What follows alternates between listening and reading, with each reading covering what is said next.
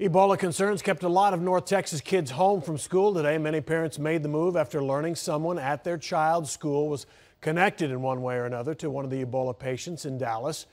More evidence of lost confidence in the CDC, it seems, which said there was no risk. Some parents felt they knew better. This is what people saw at Centennial High School in Burleson tonight, a sign saying the campus is closed.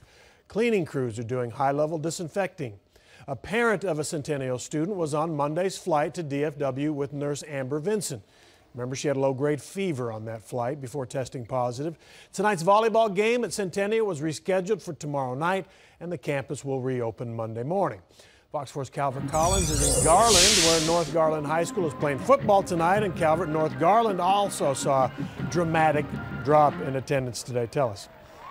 Well, that it did. In fact, Garland had two schools. It's all over 4 students whose 3 moms, of the mothers of those 4 children, were on that same flight with Amber Vinson. And we're talking about 4 students out of 58,000. So a very small number, but that was still enough to keep some kids home. You can see attendance is a little light on the North Garland side, but we did speak to a number of parents, all who thought their kids were safe to go to school.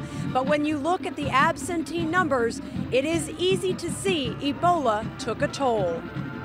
We feel entirely comfortable about the decision to have school.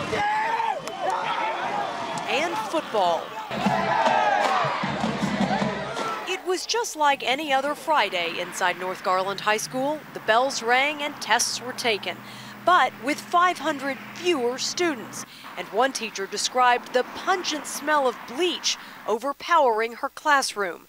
Some students wore different accessories. And everyone wore masks and gloves and didn't want anybody to touch them, so it was really weird. 3 Garland ISD moms who flew on Amber Vinson's return flight from Cleveland Monday night called the CDC to find out if they should isolate themselves. The school district says the women sat in a no-risk area of the plane, so there was no need for quarantine. But Garland ISD took the precaution, letting parents know it would clean Schrade Middle School and North Garland High School. It didn't cross my mind to not send him. But 20% of the Raiders student body took the day off. I was kind of scared because I didn't want to catch nothing. The junior had his parents' blessing. They said it was safe, but they still wanted to be sure, so they just let me stay till Monday.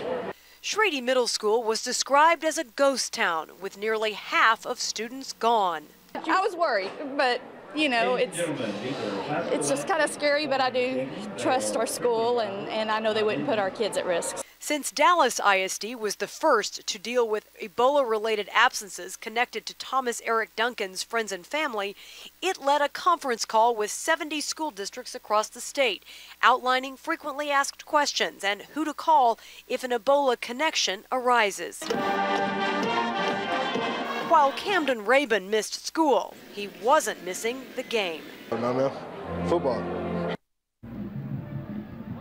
The Texas Education Agency has not issued any official protocols or guidelines on how to deal with any Ebola connection, but I'm told that there is going to be a letter going out to all 1,228 school districts in the next week, and that Commissioner Michael Williams has been talking to superintendents, any who might have questions. Steve?